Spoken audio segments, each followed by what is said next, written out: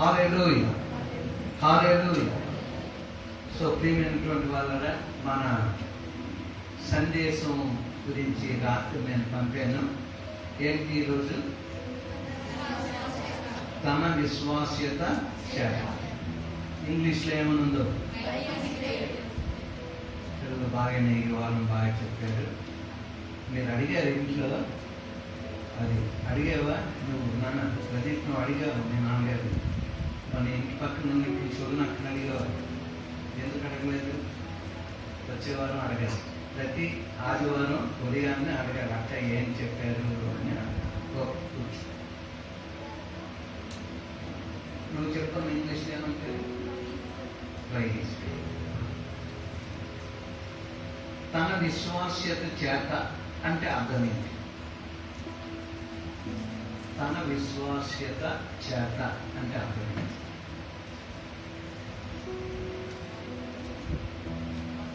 అతని విశ్వాసం ద్వారా అన్నాను. నీ విశ్వాసం ద్వారా, నా విశ్వాసం ద్వారా, అతని విశ్వాసం ద్వారా అని అర్థం. విశ్వాస్యత ఈ మాట బైబిల్లో ఎక్కడ ఉంది? విశ్వాస్యత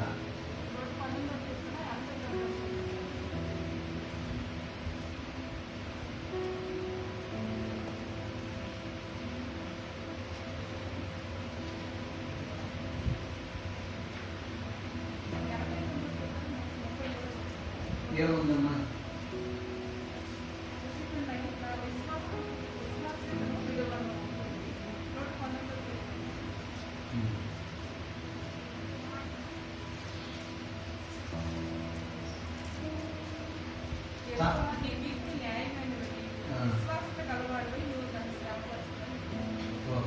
ఆయన కీర్తన నుంచి తీశారు, కానీ అసలైన ఫుట్ నోట్లో ఉంది. అది అక్కడ హబక్కూకు 2వ అధ్యాయం 4వ వచనం. హబక్కూకు 2వ అధ్యాయం 4వ వచనం. వారు యథార్థపరులు కాక తమను తాము అతిశయపడుదురు, అయితే నీతిమంతులు విశ్వాసము మూలముగా బ్రతుకును. కిందనే ఉంది ఫుట్ నోట్లో, విశ్వాస్యత చేత. అది విశ్వాస్యత చేత.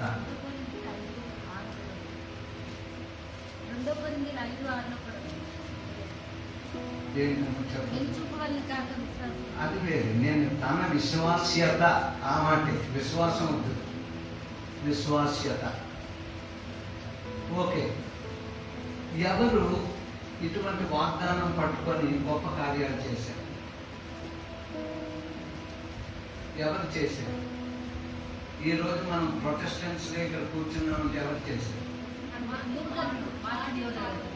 అంటే ఇంటి ఇస్తేనే మీరు చెప్తున్నారు. అంటే ఏం చేశాడంటే వెలిచూపు వల్ల కాక విశ్వాసం చేత. అంటే ఒక మాట మనం 4 సార్లు ఈ మాట రాయబడ్డాము. 4 సార్లు. ఒకటి ఇప్పుడు నేను చూపెట్టింది హబక్కూకు 2:4. తర్వాత రోమా 3:11 విశ్వాసం వలన అని ఉంటారు. ఇంతకుముందు ఒకసారి చెప్పాను.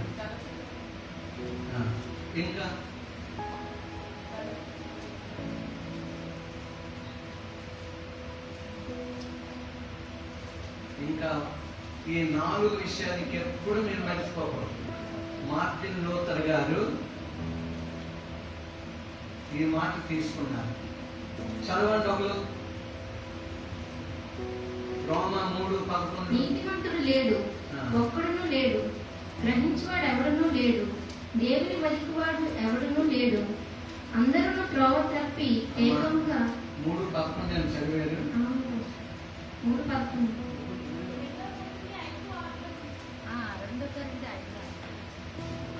చదవండి.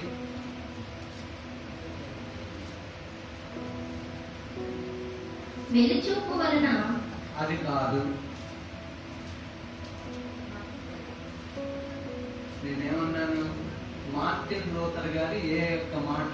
అందుకే మీరు ఇక్కడ ఇది పెట్టుకుని ఉండాలి. రోమా 1:17.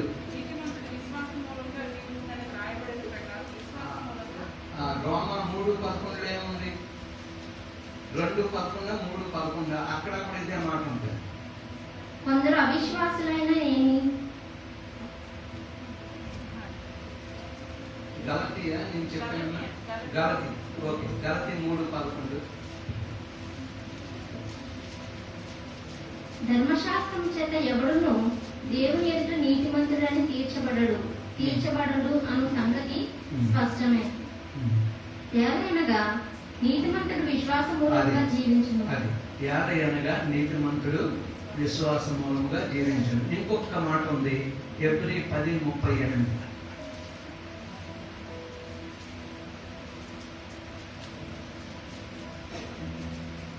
నా ఎదుట నీతిమంతుడైన వాడు విశ్వాస మూలముగా జీవించును గాని అతడు వెనుక తీసిన ఎడల అతని యందు నా ఆత్మకు సంతోషం ఉండదు.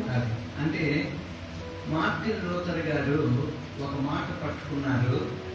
ఆ మాట ద్వారా ఆయన ఎన్ని కష్టాలు వచ్చినా, ఎన్ని కష్టాలు చూడండి, ఇందాక మనం హబక్కూకు 2:4 మనం చూసుకున్నాం. అక్కడే కదా తన విశ్వాస్యత చేత, అంటే విశ్వాస్యత అనేటువంటి మాట. అయితే ఆయన అంటే ఇప్పుడు హబక్కూకు సమయంలో ఏముందంటే శారీరకంగా ప్రజలు నలిగిపోతూ ఉన్నారు. అలాగే బాహ్యంగా అంటే అవుట్ వరల్డ్లీ లోకరీతిగా అన్ని విధాలకు కూడా పరిస్థితులు అధోగతిగా ఉన్నాయి. సో అటువంటి సమయంలో దేవుడు హబక్కూకుతో మాట్లాడుతూ ఉన్నాడు. హబక్కూకు సబ్జెక్టు మనం తీసుకున్నట్లయితే ఎంతో ఘనంగా ఉంటుంది బైబిల్ స్టడీ. సో అటువంటి పరిస్థితులలో ఏం చేస్తున్నాడంట? తన విశ్వాసము ద్వారా ఏం చేస్తున్నాడు? వేచి ఉన్నాడు దేవుని కార్యాలతో. అంటే మన అందరి జీవితాల్లో ఇందాక పాప సబీనా అనుకుంటాను, సబీనా కదమ్మా చెప్పింది ఉదాహరణ. సబీనా. సో సబీనా ఇలా ఒక మాట చెప్పింది ఏంటంటే, వర్షం వస్తూ ఉంది, వర్షం వస్తూ ఉన్నప్పుడు ఏం తీసుకుని వెళ్తాం? గొడుగు తీసుకుని వెళ్తాం. దాని గురించి ఏం చెప్పింది చెప్పండి ఎవరైనా? వర్షాన్ని మనం ఆఫ్ చేయలేము, కానీ ఆ గొడుగు మనకు ప్రొటెక్షన్ ఉంది కదా అని తీసుకుని వెళ్తాం. ఎంత పెద్ద వర్షం వచ్చినా మన పని పట్టుని బట్టి కొట్టుకెళ్ళడానికో ఆఫీస్కి వెళ్ళడానికో అన్ని రీతిలో. సో అలాగే మనమంట ప్రభు అక్కడి వరకు మనకున్న అన్ని కష్టాలు, పరిస్థితులు, మన చుట్టూ ఉన్న పరిస్థితులు, మన జీవితంలో పరిస్థితులు, అనారోగ్య కారణాలు, ఆర్థిక పరిస్థితులు, మానసిక ఒత్తిళ్లు ఎన్ని రీతిలుగా ఉన్నప్పటికీ విశ్వాస్యత చేత, అంటే మన విశ్వాసము ద్వారా వేచి ఉండవలసిందే. దేవుని కార్యం జరిగే వరకు, విజయం వచ్చే వరకు, అనుకున్నది జరిగే వరకు మనము వేచి ఉండాలి. ఎందుకు ఈ మాట చెప్పాను అంటే, ఇప్పుడు మనం నెక్స్ట్ మన సబ్జెక్ట్ చూసుకుందాం. చాలా జాగ్రత్తగా వెళ్దాం. దేవుడు ఒకరిని పిలిచాడు.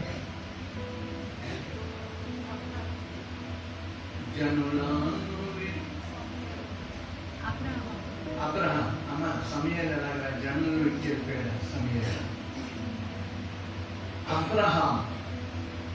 అబ్రహాంతో ఎవరు కలిసి బయలుదేరారు? లోతు కలిసి బయలుదేరారు. ఎక్కడికి బయలుదేరారు? ఎక్కడికి బయలుదేరారు? తెలియాలి. అది మిమ్మల్ని తప్పు చేస్తున్నారు మీరందరూ. ఇక్కడే ఉండాలి అని చెప్పాను. ఎక్కడ ఉండకూడదు, ఎప్పుడూ విన్నవి చెప్పకూడదు. కరెక్ట్గా మొట్టమొదటి పిలుపు విని విశ్వాసముతో దేవుడు కదలమన్నాడు, రమ్మన్నాడు, ఆయన బయలుదేరాడు. తనతో పాటు కూడా అన్నయ్య కుమారుడు లోతు కూడా బయలుదేరాడు. ఓకే, ఇప్పుడు వీళ్ళిద్దరూ బయలుదేరి వెళ్తూ ఉన్నారు. వెళ్తూ ఉంటే చూడండి, ఆదికాండం 13వ అధ్యాయం 8-9 వచనాలు ఎవరైనా గట్టిగా స్పష్టంగా చదవండి. ఆదికాండం 13:8-9 వచనాలు. కాబట్టి అబ్రాము, మనము బంధువులము గనుక నాకు నీకును నా పశువుల కాపరులకు నీ పశువుల కాపరులకును కలహం ఉండకూడదు. ఈ దేశం అంతయు నీ ఎదుట ఉన్నది గనుక ఉన్నది కదా, దయచేసి నన్ను విడిచి వేరుగా నుండుము. నీవు ఎడమ తట్టునకు వెళ్ళిన ఎడల నేను కుడి తట్టునకు వెళ్ళిన ఎడల నేను ఎడమ తట్టునకును వెళ్ళుదునని లోతుతో చెప్పగా అంతేనమాట. ఇక్కడ అబ్రహాం గారు లోతు ఇద్దరు కలిసి బయలుదేరారు. ఎవరి సంపాదన వాళ్ళే. బయలుదేరి వెళ్తున్నారు, గుడారాలు వేసుకుంటున్నారు, మళ్ళీ బయలుదేరి వెళ్తూ ఉన్నారు. వెళ్తూ ఉంటుండగా ఒక సమయం వచ్చినప్పటికీ అబ్రహాము లోతుతో అంటున్నాడు, మనము బంధువులము. జ్ఞాపకం ఉంచుకోండి. అలాగే చదువు రాని వాళ్ళైనా చెప్తున్న మాటలు జ్ఞాపకం ఉంచుకోవాలి. అబ్రహాము లోతుతో అంటున్నాడు, లోతు మనము బంధువులము. ఇక్కడ చూస్తే తగువులు అవుతూ ఉన్నాయి. ఎవరికి తగువులు అవుతూ ఉన్నాయి? నీ కాపరులకు మా కాపరులకు తగువులు అవుతూ ఉన్నాయి. మనకి పశువులు ఈ మందలు అన్నీ కూడా ఎక్కువైపోయాయి. అందుచేత ఇలాగ తగువులు జరుగుతూ ఉన్నాయి కనుక ఇప్పుడు ఒకటి చేద్దాం. నీవు చూడు ఈ స్థలం అంతా, నీవు అటు వెళ్తే నేను ఇటు వెళ్తాను, నువ్వు ఇటు వెళ్తే నేను అటు వెళ్తాను అన్నాడు. ఏమొచ్చిందంట? ఎవరికి వచ్చింది? వారి యొక్క పశువుల కాపరుల మధ్యలో తగువులు వచ్చాయి. మనిద్దరము అన్నదమ్ములం గనక, మనిద్దరము బంధువులం గనక ఈ తగువులు మనలో పెంచుకోకూడదు. మంచిదా కాదు? మంచిదా కాదమ్మా? ఎందుకు ఈ మాటలు చెప్తున్నానంటే ప్రపంచంలో ఉన్న ప్రతి కుటుంబంలో ఇవే జరుగుతూ ఉన్నాయి. సాతానుడు మనందరినీ కుటుంబ వ్యవస్థను పట్టుకొని ఎలా చేస్తూ ఉన్నాడంటే, ఎన్నో సంవత్సరాలు కలిసికట్టుగా జీవించిన వారి దినం తగువులతో, తగాదాలతో, పోలీస్ స్టేషన్లో ఎన్నో రీతులుగా. అందుకే ఇంతకుముందు చెప్పాను కదా, ఒక ఎస్ఐ గారు విజయనగరం నుంచి వచ్చారు. ఏదో ఇన్వెస్టిగేషన్ గురించి వచ్చారు. వచ్చిన తర్వాత ఆయన ఏమంటున్నారంటే, పాస్టర్ గారు మన ప్రేయర్ ఫ్లవర్కి వచ్చారు. పాస్టర్ గారు, మొన్నటి వరకు మా ఎస్పీ గారు నాకు అన్నారు, నువ్వు క్రైస్తవుడివి, మంచి బోధ చేస్తున్నావంట, సాక్ష్యం మంచిగా ఇస్తున్నావంట కదా, విన్నాను, నీ మాటలో కూడా విన్నాను. నువ్వు ప్రతి ఆదివారం సెలవు తీసుకొని నువ్వు వెళ్ళిపో చర్చికి అన్నా. అంటే ఆయన అలాగే వెళ్ళిపోతూ ఉన్నారు. తర్వాత ఒకసారి ఎస్పీ గారు చూశారంట, 190 కేసులన్నీ కూడా క్రైస్తవుల మీద, కుటుంబంలో తగులు అన్నారంట. ఇలా రాబోయే అన్నారు అని, ఈ రోజు నుంచి నీకు ఆదివారం సెలవు లేదన్నారు. అంటే అదే సార్ అంటే, నువ్వైనా బోధ చేయడానికి వెళ్తున్నావు చర్చిల్లో, మరి మన పోలీస్ స్టేషన్లో కేసులన్నీ కూడా క్రైస్తవులు, అంతే నీకు సెలవు లేదన్నాడు. అంటే ఆయన అలా మౌనంగా ఉంటే, ఓకే వారం తప్పించి వారం నువ్వు సెలవు తీసుకో అన్నారు. మాట్లాడకుండా అలాగే సార్ అన్నారు. అంటే ఆయన చెప్పి బాధపడుతున్నారు. చూడండి, నేను పోలీస్ డిపార్ట్మెంట్లో ఉన్న ఆయన ఏఎస్పీ, ఇప్పుడు ఇంకా మళ్ళీ ఏదో పోస్ట్లోకి వెళ్ళి ఉంటారు. సో ప్రియమైనటువంటి వాళ్ళగా, ఇప్పుడు ఈ యొక్క అబ్రహాము లోతు ఆ దినాల్లోనే తగువులు జరుగుతూ ఉంటే కాపరుల మధ్యలో పిలిచాడంట, నీవు నేను బంధువును, మనలో తగువులు ఉండకూడదు, దేవుని చేత నడిపింపబడుతున్నటువంటి వారు మనం. అందుచేత ఇదిగో ఈ స్థలం అంతా మందే గనక నువ్వు ఎటువైపు వెళ్తావో వెళ్ళు. పెద్దవాడు గనక అబ్రహాము దేవుని చేత పిలువబడ్డాడు, నడిపించబడుతూ ఉన్నాడు గనక ఎంతో పెద్ద మనసుతో మరి అటు ఇటు నేను చూడకుండా నీకేది కావాలో అది తీసుకో. నువ్వు అటు వెళ్ళిపోతే నేను ఇటు, నువ్వు ఇటు వెళ్ళిపోతే ఓకే అనుకున్నా. ఎవరిద్దరమ్మా? అబ్రహాము లోతు. అబ్రహాము ఏమై ఉన్నాడు అని చూద్దాం. చూడండి, ఆదికాండం 15వ అధ్యాయం 6వ వచనం. అతడు యెహోవాను నమ్మెను, ఆయన అది అతనికి నీతిగా ఎంచెను. చూడండి, అతను యెహోవాని నమ్మెను, అది అతనికి నీతిగా ఎంచబడింది. అంటే అబ్రహాము ఎటువంటి వాడండి? నీతిమంతుడు. అబ్రహాము నీతిమంతుడు. ఇప్పుడు అబ్రహాము లోతు గురించి కదా చూసుకుంటున్నాం. అబ్రహాము నీతిమంతుడు. ఇప్పుడు ఇంకొక వచనం చదవండి, 2వ పేతురు 2వ అధ్యాయం 7వ వచనం. 2వ పేతురు 2వ అధ్యాయం 7వ వచనం.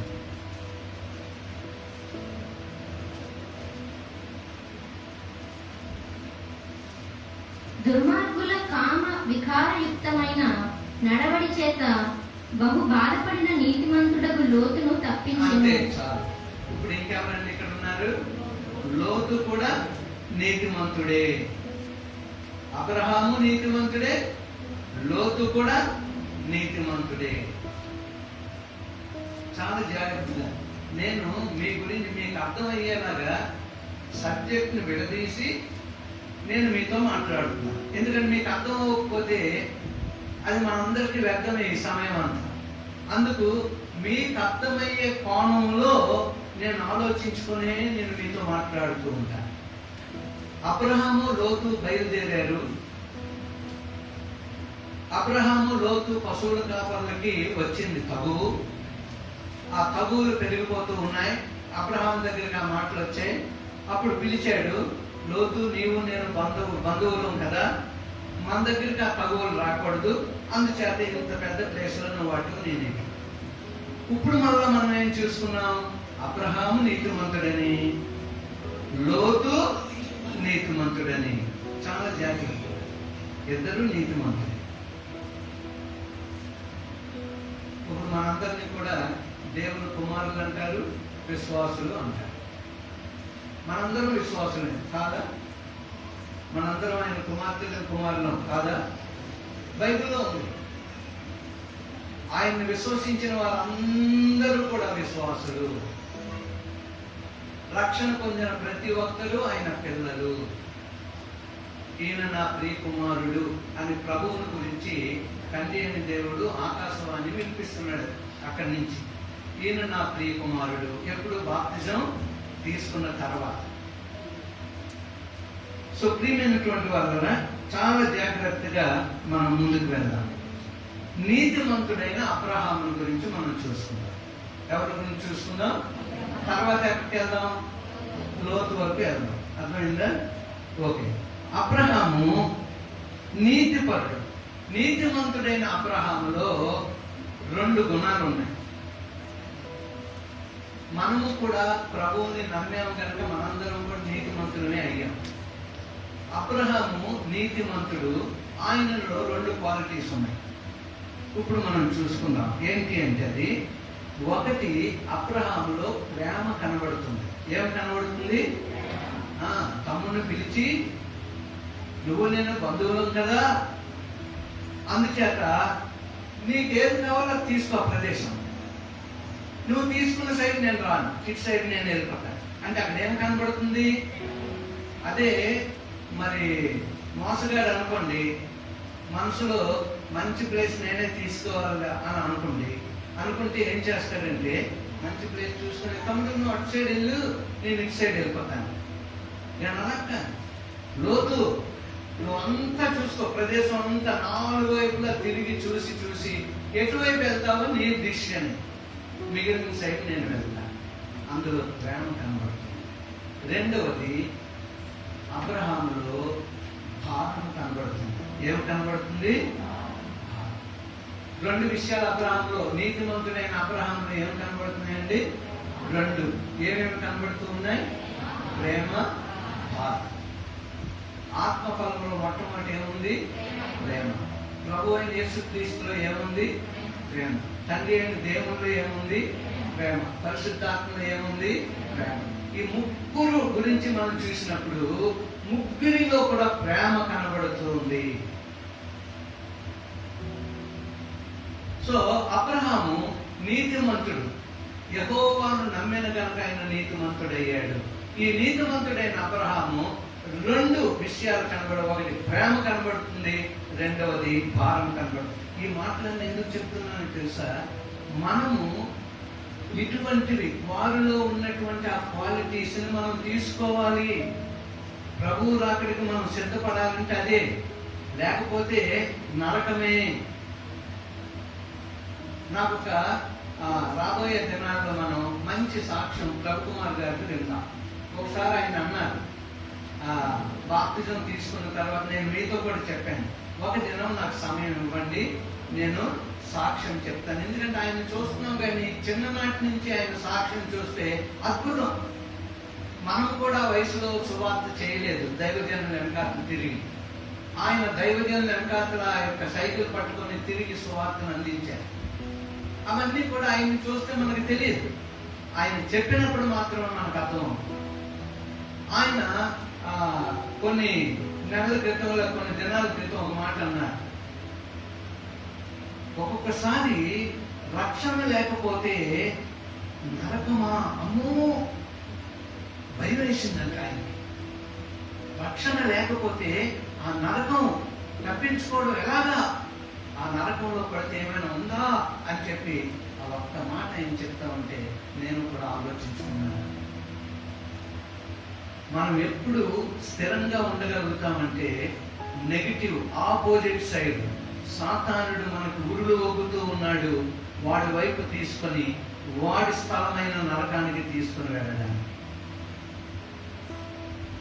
ఒకసారి నేను ఆల్రెడీ మీకు చెప్పాను, దేవదూతలు తీసుకుని వెళ్తున్నారు ఒక వ్యక్తిని. నరకం వైపు చూశాడంట ఆ వ్యక్తి.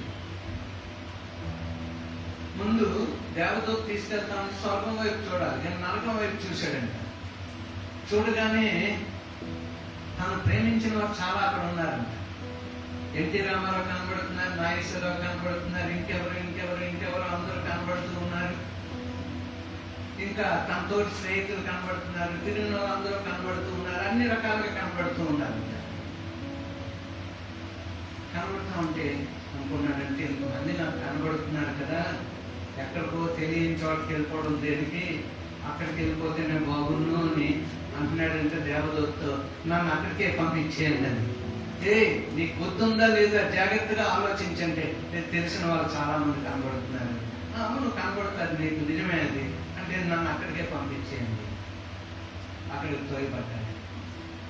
తోయబడితే కేకలు వేస్తూ ఉన్నాడు, ఏడుస్తూ ఉన్నాడు, నీళ్లు దొరకడం లేదు, అరుపులు, మారిపోతూ ఉన్నాడు. పురుగు చావదు అగ్ని ఆరదు అనే రీతిగా మీదకు లెగుస్తూ ఉన్నాడు, కింద పడుతూ ఉన్నాడు అగ్ని గంధకంలో. అంటున్నాడంట, ఎంత పని చేశారు, నేను ఎంతో మందిని ఇక్కడ చూశాను, ఇప్పుడు ఎవరు నాకు కనపడటం లేదు అంటున్నాడు. ఎవరు కనపడటం లేదంట, ఎన్టీ రామారావు కనపడట్లేదు, నాగేశ్వరరావు గారు కనపడట్లేదు, స్నేహితులు బంధువులు ఎవరు కనపడటం లేదంట. అదేంటిది, ఇక్కడ నేను చూశాను కదా అంటే అంటున్నారంట, అదంతా అబద్ధం అంటున్నారు. అని నరకంలో మనం చూసుకున్నదంతా ఏంటండి, అబద్ధం. అది అలాగ మనం ఆకర్షించుకొని వెళ్ళిపోదు. దేవదూత ద్వారా వెళ్తూ అటుపక్క వెళ్ళవలసింది ఒక్క క్షణంలో సాతానుడు మాయ ద్వారా అక్కడికి వెళ్ళాడు. అబద్ధికుడు వాడు, అన్ని అబద్ధాలే అక్కడ కనబడుతూ ఉంటాయి. అవ్వమని ఏముంది, సాతానుడు వచ్చి ఆ పండు తిను, నువ్వు ఎలాగైపోతావు, దేవదూతలాగా అయిపోతావు. దేవదూత అయిపోయిందండి, తిన్నది, పాపం తెచ్చుకుంది, చెట్టు చాటును దాగుంది, ఏదైనా గార్డెన్ నుంచి తోయబడ్డాడు. దేవుడు కృప కలిగినటువంటి వాడు కనుక తోయబడిన తర్వాత వెంటనే రక్షణ కార్యం కూడా ఆయన అక్కడే మొదలు పెట్టారు.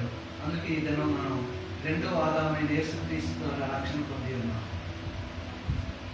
సో ప్రియమైనటువంటి వాళ్ళారా, మొట్టమొదటిది అబ్రహాములో ప్రేమ కనబడుతూ ఉంది, రెండవది భారం కనబడుతూ ఉంది.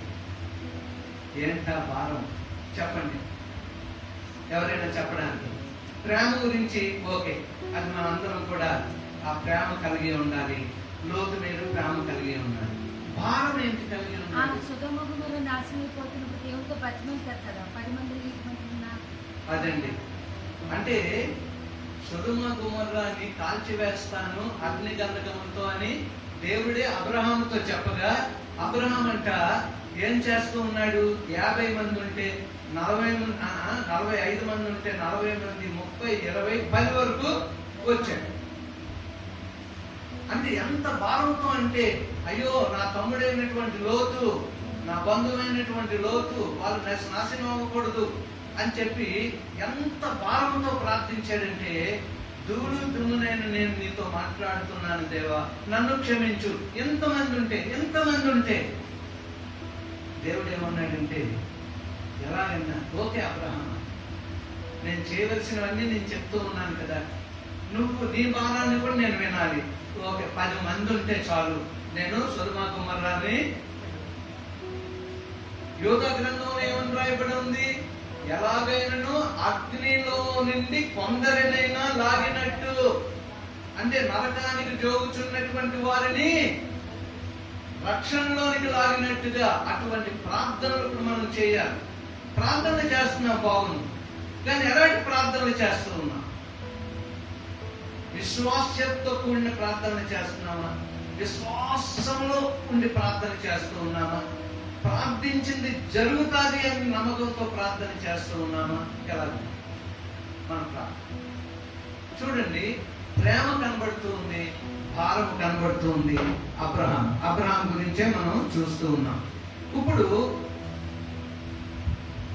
మన సంగతి ఏంటి? వాళ్ళ గురించి ఆలోచించడం కాదు. అబ్రహాంని లోతుని పక్కన పెడదాం. సిసిసి కుటుంబం, కృపా సహవాసం. మన సంగతి ఏంటి? నువ్వేమనుకుంటున్నావు? నీలో ప్రేమ ఉందా? నీలో భారం ఉందా?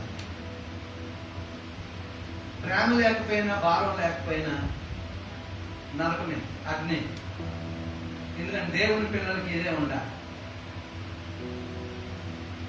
బాప్తిజం ఇచ్చినటువంటి యోహాను యూదులలో నుంచి అన్యులలో నుంచి అందరినీ అనేక మందికి కేకలు వేస్తూ సువార్త చెప్తూ మారు మనసు నిమిత్తం బాప్తిజం ఇస్తూ ఉన్నాయి.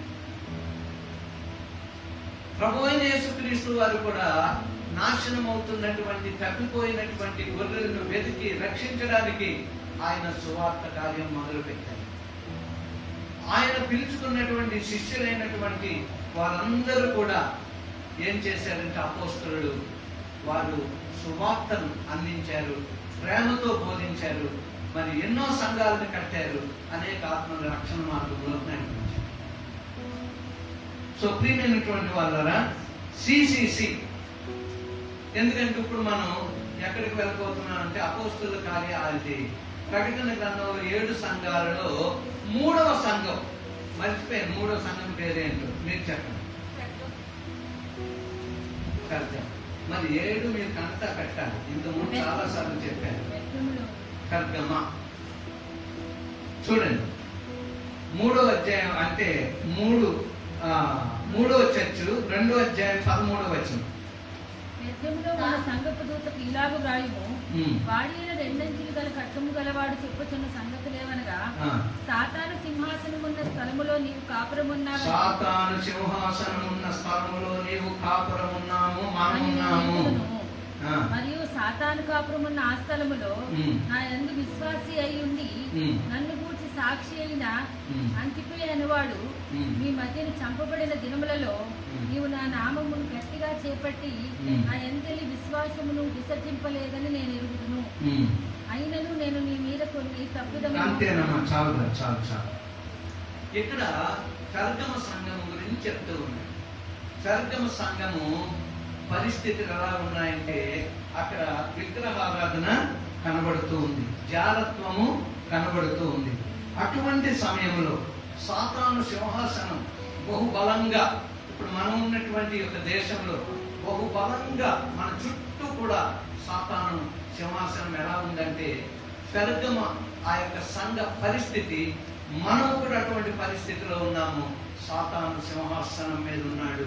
బహుబలంగా ఉన్నటువంటి ప్రాంతంలో మనము ఉన్నాము. అందుకే యెషయా ఎప్పుడైతే దేవుని మహిమను చూశాడో, అయ్యో నేను ఈ మహిమను చూడలేను, చనిపోతానేమో, ఇప్పటి వరకు నేను అపవిత్రమైనటువంటి పెదవులు గల వారి మధ్య నేను సంచరించాను, నేను జీవించాను, అయ్యో నేను చనిపోతానేమో, నా దేవుని మహిమను చూడలేకపోతూ ఉన్నాను.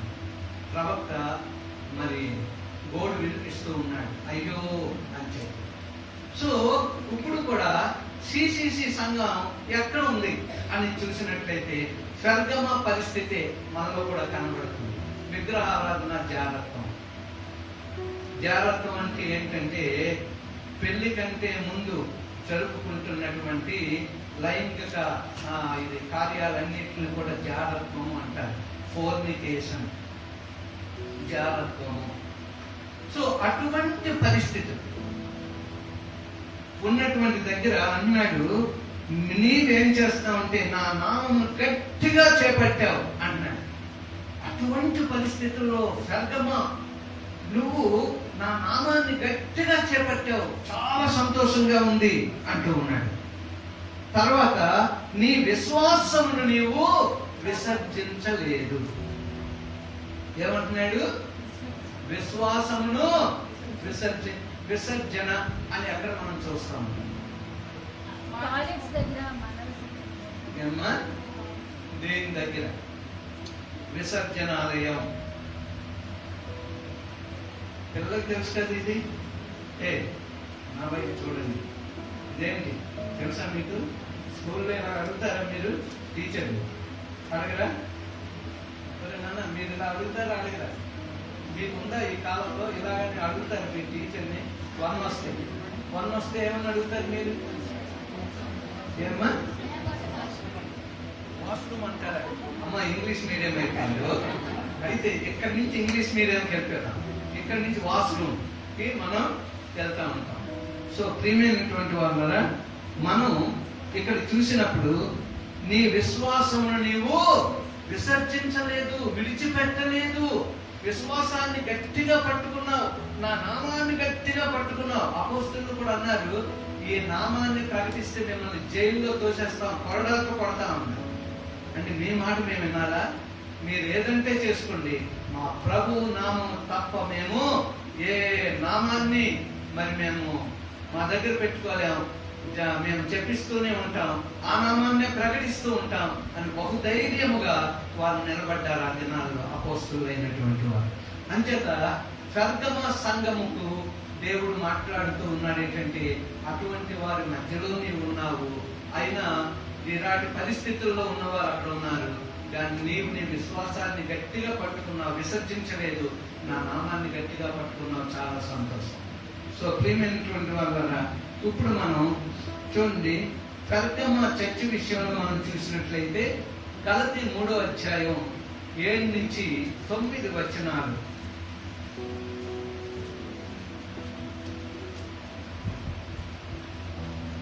కాబట్టి విశ్వాస సంబంధులై చూడండి, కాబట్టి విశ్వాస సంబంధులై అబ్రహాము కుమారులని మీరు తెలుసుకొనుడి.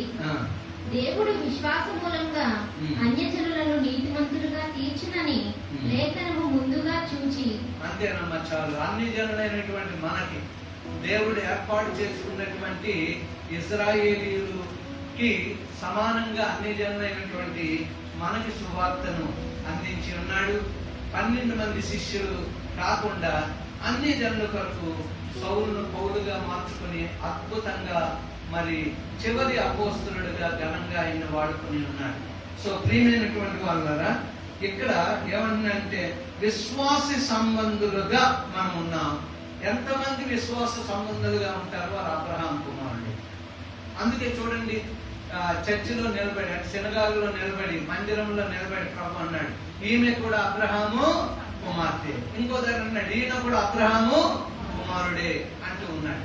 అయితే అప్పుడు వరకు వాళ్ళలో విశ్వాసము లేనప్పటికీ ప్రభువు వారిని గుర్తెరిగి వారి యొక్క అంటే మనసును బట్టి, వారి హృదయాన్ని బట్టి, వారి యొక్క తీర్మానాన్ని బట్టి సంతోషించేశాడు. ఈయన కూడా అబ్రహాం కుమారుడే, ఇటువంటి విశ్వాసాన్ని నేను ఎవరిలో కూడా చూడలేదు అని కొంతమందిని పొగిడాడు. మరి వారి పక్షాన్ని దేవుడు వారి కుటుంబ పక్షాన్ని అద్భుతం చేశాడు. సో ప్రియమైనటువంటి వాళ్ళ, లోకములో మతములన్నీ కూడా శరీర సంబంధమైనవి. లోకములో ఉన్న మతాలన్నీ కూడా ఏం సంబంధమైనవండి? శరీరముతో ఆచరించే విషయాలు. చూడండి, రియల్గా నేను చెప్తున్నాను. ఇప్పుడు కొంతమంది బోధకుల్లాగా నేను కూడా వచ్చి, అమ్మ వచ్చేసారి నుంచి కొవ్వొత్తులు తెచ్చి ఇక్కడ పెట్టండి, ప్రార్థన చేస్తాను, రోజు కొవ్వొత్తు మీ ఇంటి గుమ్మ ముందు వెలిగించండి, చీకటి పారిపోద్ది, సాయంత్రం అవగానే వెలిగించడం పెట్టేయండి అంటే, రియల్గా నేను చెప్తున్నాను, ఇప్పుడు వరకు మీ విశ్వాసాన్ని పక్కన పెట్టి, పర్వాలేదు పాస్టర్ గారు ఇక్కడ చెప్పారు అని చెప్పి తెచ్చేస్తారు. పాస్టర్ గారు ప్రార్థన చేసేస్తారు.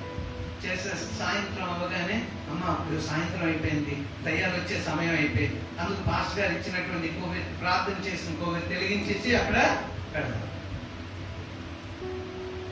ఇంకా ప్రతిరోజు సాయంత్రం మీ ఇంటి చుట్టూ మీ ఒళ్ళు చుట్టూ నూనె వేసుకోండి, అందరూ కొబ్బరి నూనె తెండి అని అనుకోండి, అందరూ తెచ్చేస్తాం. కొబ్బరికాయలు అరటి పళ్ళలాగా ఇవి కూడా కార్యక్రమాలు అలాగే జరుగుతున్నాయి. చాలా చర్చెస్లో ఇప్పుడు మొదలైంది నూనె వ్యాపారం. పాస్టర్ గారు అన్నారు ఏంటంటే కొంతమంది నూనె ప్రార్థనకి కొంతమంది తెచ్చుకోలేకపోతున్నారు, మనం డబ్బులు తీసుకోవద్దులేండి, ఉచితంగానే మనం ఇద్దాం చేశారంటే నేను మనసులో అనుకున్నాను, ఉచితంగా అంటే ఒకరు రారు 200 మంది వచ్చేస్తా ఉంటే ఎక్కడ మనం సప్లై చేయగలం, ఇంకా అలాంటి పనులు వద్దులే అని చెప్పి మనసులో అనుకొని ఏదో 1-2 బాటిల్స్ ఉంటే తేలైన వారికి ప్రార్థన చేసి ఇవ్వడం జరుగుతుంది. అంటే చూడండి, మన మన చోట్లన్నీ కూడా, అంటే లోకంలో ఉన్న మతాలు ఏంటి, ఇప్పుడు క్రైస్తవ్యాన్ని కూడా మతంగా తీసుకుంటున్న వారు ఎంతో మంది ఉన్నారు. క్రైస్తవ్యాన్ని అందుకే ఆచారాలు, అన్ని ఆచారాలు, లోకంలో ఉన్న ఆచారాలన్నీ సంఘంలోకి వచ్చేస్తున్నాయి. ఆచారాలన్నీ వస్తే పాస్టర్ గారికి ధనం ఎక్కువ వచ్చేస్తుంది. అమ్మ ఫలానా రోజు మంగళవారం మీరు అందరూ 111 రూపాయలే తేవాలి అంటే రూపాయలు తీసి ఇంట్లో పెట్టుకుని రూపాయలు దొరకవు సడన్ గా, పాస్టర్ గారి దగ్గర కూడా 111 రూపాయలు తీసుకెళ్ళాలి. మాకు బాగా ఎక్కడంటే రాజస్థాన్లో అలవాటు అయిపోయింది, చిన్న బాబా దగ్గరికి వెళ్తే 11 రూపాయలు, ఇంకొంచెం పెద్ద బాబా దగ్గరికి వెళ్తే 51, తర్వాత పెద్ద బాబా దగ్గర జీప్ మీద 2-3-4 కిలోమీటర్ల దూరం వెళ్తే అక్కడ 111. అందుకే అక్కడ ఉన్న బాబాలు సీటు కింద కోట్లు రూపాయలు, కోట్లే అంతే. అక్కడ రోడ్లు వేయాలి అంటే అక్కడ ఉన్న బాబాలు ఆ డబ్బే తీసేస్తారు, గవర్నమెంట్ వేయవలసిన పని లేదు, వారే గవర్నమెంట్కి ఆఫీసులు కట్టేస్తారు, గవర్నమెంట్ కట్టించుకోవాల్సిన పని లేదు, మా పేరు పెట్టండి చాలని బాబా. మేము ఒక దగ్గర చూసాం బాబా బచేన్నా, అతని గురించి చూస్తే ఇంకా చివరికి ఏం చేశాడంటే నేను సజీవ సమాధిని అయిపోతాను, పోలీసులు వచ్చి పట్టుకొని తీసుకెళ్తే ఎన్నెన్నో కార్యక్రమాల రాకు. సో ప్రియమైనటువంటి వాళ్ళ లోకంలో ఉన్నాం ఆచారాలు. ఇప్పుడు ప్రార్థనకి మీరు 3 గంటలకి ఈ 3 ఇచ్చేసామనుకోండి, మీరు తగులు అయిపోతాయి. పాస్టర్ గారు 3 గంటలకు అన్నారు, దేవదూతలు మనకేమో సహాయం చేసే సమయం అది అంటే అది వారం రోజులే చాలన్నా. తర్వాత ఏమన్నాను, ప్రతిరోజు మీరు ఎలా చేస్తున్నారు మీ సమయాల్లో కొనసాగించండి. అంటే అందరం కలిసి 3 గంటలకు లెక్కగలమా లేగలేమా అని ఒక ఐక్యత మనలో ఉందా లేదా అని. ఈ రోజు రేపటి నుంచి ఏంటండి అది, సాయంత్రం 8 నుంచి 9 వరకు, ఈ 40 రోజులు. కానీ ఎప్పుడు తెల్లవారుజామున ప్రార్థన అది దీవెనకరం, అది మీ సమయాల్లో మీరు చేసుకోండి. ఇది ఈ 40 దినాలు ప్రత్యేకమైన కనుక మనం ఎక్సర్సైజ్ చేస్తున్నాం. మన కుటుంబాలన్నీ ఈ సమయంలోనే లేవాలి, ఈ సమయంలో చేయాలి, అది ఇక్కడికే ఈ 40 రోజులు. సో మనం ఆచారయుక్తమైన క్రైస్తవులుగా ఉండకూడదు, ప్రార్థనను కూడా ఆచారంగా చేయకూడదు. పాస్టర్ గారు చెప్పారు కదా లేవాలి ప్రార్థన చేయాలి, వద్దు, అటువంటి ప్రార్థన వద్దు. ఆ ప్రార్థన దేవుడు వినడు. నిజంగా నీలో దేవుని కొరకు ప్రేమ ఉందా, నిజంగా దేవుని కొరకు నీలో భారం ఉందా, ప్రేమ భారం ఈ 2 అబ్రహాములో కనబడుతూ ఉన్నాయి. బంధువులను ప్రేమిస్తూ ఉన్నాడు, పశువుల కాపరులను ప్రేమిస్తూ ఉన్నాడు. మీరు కొట్టుకోవద్దు, మీరు ఒక సైడ్ వెళ్ళండి, మీరు ఒక సైడ్ వెళ్ళండి, మీ తగువులు మా దగ్గరికి రావద్దు. సో అందరినీ ప్రేమిస్తున్నాడు అబ్రహాం. లోతునే కాదు, పశువుల కాపరులకు కూడా తగువులు లేకుండా ఇప్పుడు వరకు దానితో ఉన్నారు. ఇంకా తగువులు, మీరు ఒక సైడ్ వెళ్ళండి, మేము ఒక సైడ్ వెళ్తాం. అలాంటి తాత్పర్యం సిసిసి కుటుంబాల్లో ఉందా, ప్రేమ ఉందా, ఒక ఆత్మ రక్షణ కొరకు భావం ఉందా, ఒకసారి మనం జ్ఞాపకం చేసుకుందాం. సో ప్రియమైనటువంటి వాళ్ళ శరీరముతో ఆచరించే ఆచరణలన్నీ కూడా ధర్మశాస్త్రంలో కనబడుతూ ఉన్నాయి. కానీ ప్రభు అయినటువంటి యేసు క్రీస్తు వారు వచ్చిన తర్వాత మనకెంతో సులభమైపోయింది. శరీర సంబంధమైన ఆచారాలతో కాదు, కానీ విశ్వాసముతో విశ్వాసంతో మనం ప్రార్థిస్తే దేవుడు ఏమంటున్నాడు, ఎక్కడ మీరు దేన్ని బంధిస్తే అది పరలోకమందు, ఎక్కడ మీరు ఏది విప్పితే అది పరలోకమందు విప్పబడును. అంటే మన ప్రాంతానికి దేవుడు అటువంటి శక్తిని, ఒక వ్యక్తి గురించి ప్రభువా యొక్క సాతాను బంధకాల్లో ఉన్నటువంటి ఈ యొక్క బంధకాల్లో నీకు వ్యక్తిని విడుదల కలుగును గాక అని మనందరం ఆత్మలో మనసులో ఏకీభవించి ఎప్పుడైతే ప్రార్థిస్తామో అక్కడ ఆ కట్టల నుంచి వాడు విడిపించబడతాడు, ఆ కట్టల నుంచి ఆమె విడిపింపబడతాడు. ఎందుకంటే అందరూ ఏక మనసుతో మనం ప్రార్థన చేశాం. సో ప్రియమైనటువంటి వాళ్ళ అబ్రహాములో మనం ఏం చూస్తూ ఉన్నాం? మొదటిది ప్రేమ చూస్తూ ఉన్నాం. చూడండి 1 యోహాను 2వ అధ్యాయం 10వ వచనం.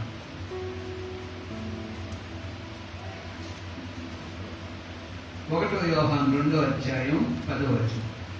తన సహోదరుని ప్రేమించువాడు వెలుగులో ఉన్నవాడు, అతని యందు అభ్యంతర కారణమేమీ లేదు. తన సహోదరుని ద్వేషించువాడు చీకటిలో ఉండి చీకటిలో నడుచుచున్నాడు. అంతేనమ్మా, అంతే. చూడండి ఇక్కడ ఏమంటున్నాడంటే ప్రేమ గురించి మాట్లాడు. తన సహోదరుని ప్రేమించువాడు వెలుగులో నడుస్తూ ఉన్నాడు. అంటే అబ్రహాం లోతును ప్రేమించాడు. ఇప్పుడు ఏం చేస్తున్నాడు లోతు?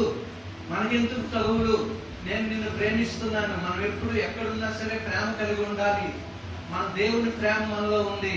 అలాగే నీ కాపర్లు నా కాపర్లు కూడా కొట్టుకోకూడదు, వాళ్ళు కూడా శాంతియుతంగా ఉండాలి. రేపు కలిసిమెలిసి కూడా వారు ఉండాలి ఎక్కడున్నా. అంచేత నీవంతా ఒక పక్కకి వెళ్ళు అని చెప్తూ వెలుగు అక్కడ వారి మధ్యలో ఎంతో ఆనందం.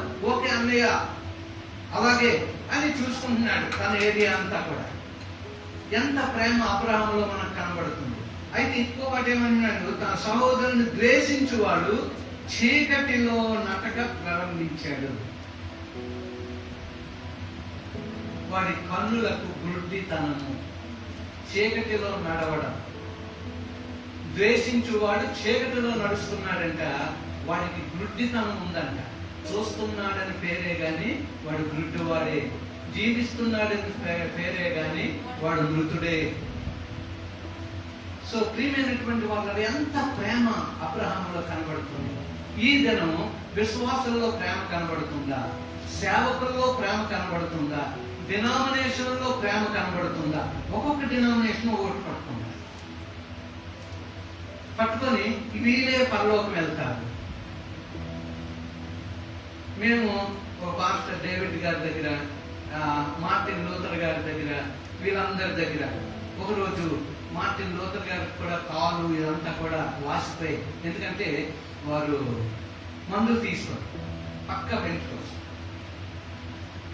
మా డేవిడ్ పాస్టర్ గారు కూడా ఆయన పక్క పెంచుకోవచ్చు. మేము అక్కడే రక్షణ పొందాం.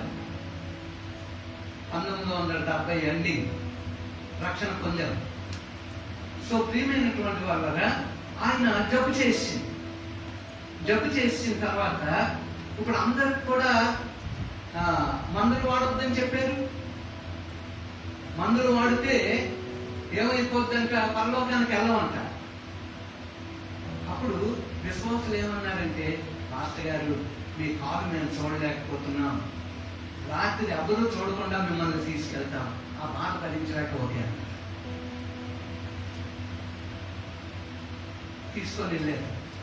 తీసుకొని వెళ్ళి ఎలాగో కట్టించుకొని ఏదో చేశాడు. మొత్తం మీద ఏ రీతిగా బ్రదర్ క్రిస్టఫర్ గారు ఉన్నారు, నేను ఆయన ఒకే షిప్ లో పనిచేశాను. ఆయన్ని నేను మన చనిపోయిన బీకేరావు గారు ఇద్దరు కూడా ఆయన్ని బయటకు ఆంధ్ర ఇండియా ఆ వైజాగ్ తీసుకుని వచ్చి అక్కడి నుంచి మేము సువార్త కార్యక్రమాలు మొదలు పెట్టినప్పుడు ఆయన ఏం చేసేవారు, ఎవరికైనా ఒంట్లో బాగోకపోతే మీరు రాసివ్వండి హాస్పిటల్కి వెళ్ళని, అప్పుడు నేను ప్రార్థిస్తాను, లేదా ప్రార్థించాను. అలాగే 2-3 చనిపోయారు, పేపర్లో వచ్చింది. చివరికి ఆయన ఎంఏడి దగ్గరే ఒక అపార్ట్మెంట్ తీసుకున్నారు. తర్వాత మనం ఒక ఆవిడ చనిపోయారు కదా, రాజు ఆవిడ ఎవరు పేరు ఏమ్మా, బంగారమ్మ గారు.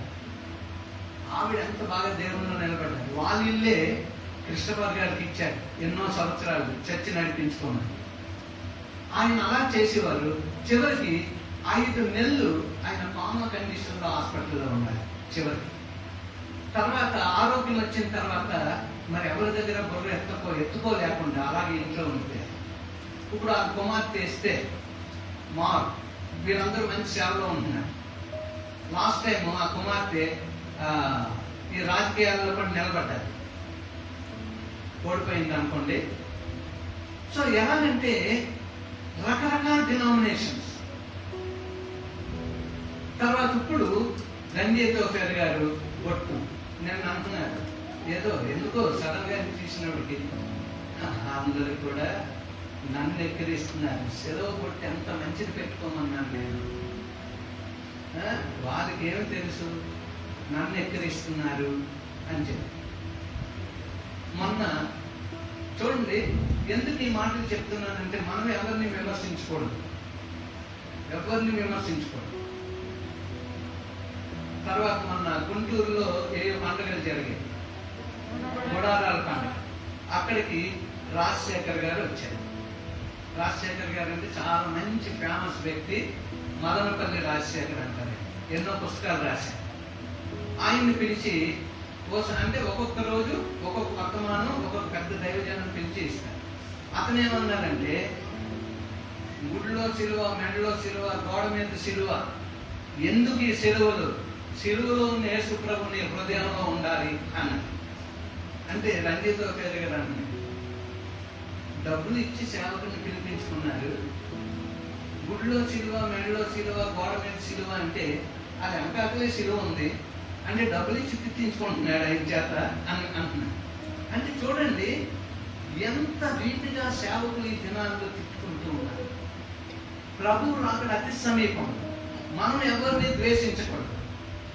అబ్రహాము లోతును ప్రేమించాడు, లోతు యొక్క కాపరులను ప్రేమించాడు.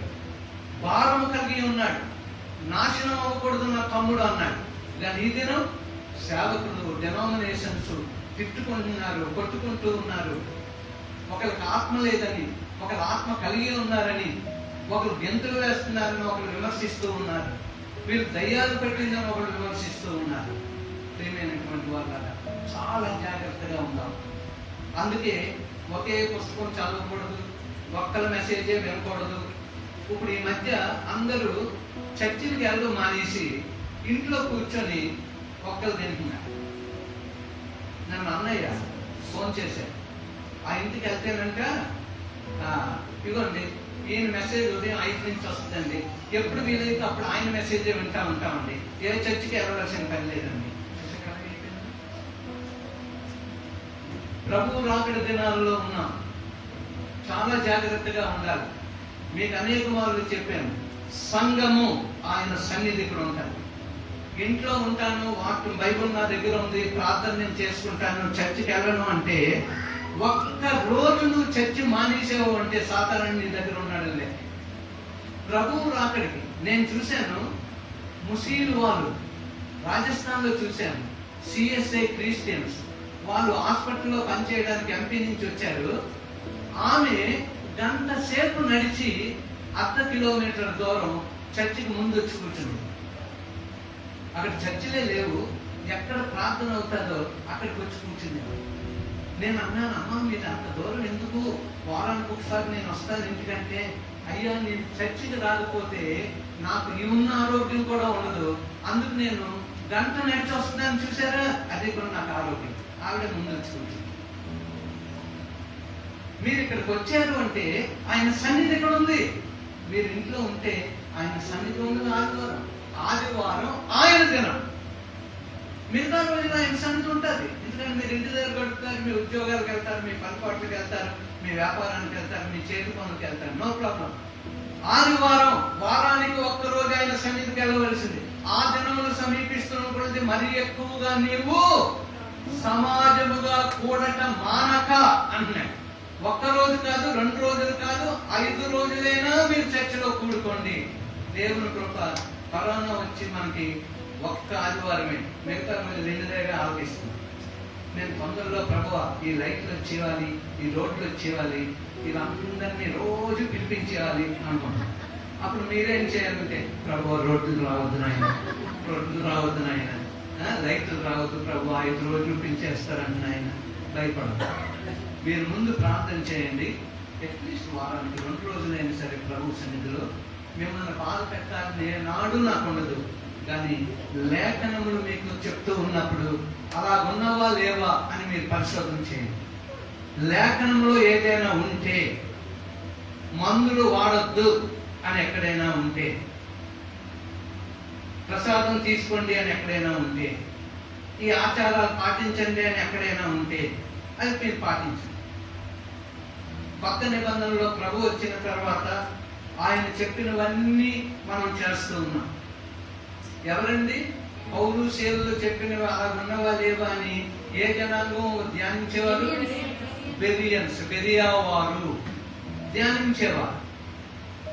గొప్ప భక్తులు ప్రసంగిస్తేనే వాళ్ళ ఇంటికి వెళ్ళంటే ఇది చెప్పినవి లేఖనాల ప్రకారం ఉన్నవా లేవా అని చెప్పి వారు చూసుకునేవారు. చివరి దినాలలో ప్రార్థన మానొద్దు, సంఘం మానొద్దు, తర్వాత మీ పనులు మీరు మానొద్దు, అన్నీ కూడా క్రమంగా మీరు చేసుకోండి. తల్లిదండ్రులు మీరు మాదిరిగా లేకపోతే పిల్లలు చెడిపోతారు. తల్లిదండ్రులు గుద్దులాడుకుంటే పిల్లలు కూడా గుద్దులాడుకుంటారు. తల్లిదండ్రులు ప్రేమ కలిగి ఉంటే పిల్లల్లో కూడా ప్రేమ నిలుస్తుంది. తండ్రి ఏమి చేయను కుమారుడును అదే చేయను, తల్లి ఏమి చేయను అదే వారసత్వం కుమార్తె కూడా వస్తుంది. చాలా జాగ్రత్త. అబ్రహాము లోతు, అబ్రహాం నీతిమంతుడే, లోతు కూడా నీతిమంతుడే. అబ్రహాం గురించి ఇప్పటి వరకు చూసుకుంటున్నాం. సమయం అయింది కనుక అప్పుడు మనం తన గురించి చూసుకుందాం, లోతు గురించి. అబ్రహాము భారము కలిగి పాపి రక్షింపబడాలి, అగ్నిలో నుండి లోతు రక్షణ పొందాలి. సొదొమ గొమొర్రాని కాల్చేస్తానంటున్నాడు, అగ్ని గంధకములతో కాల్చేస్తానంటున్నాడు. దేవుడే చెప్పాడు అబ్రహాం. అబ్రహాం ఇంకా దేవుడి వెనకాతలు వెళ్తూ ఎంత బతిమాలుకున్నాడంటే అంతా బతిమాలుకున్నాడు.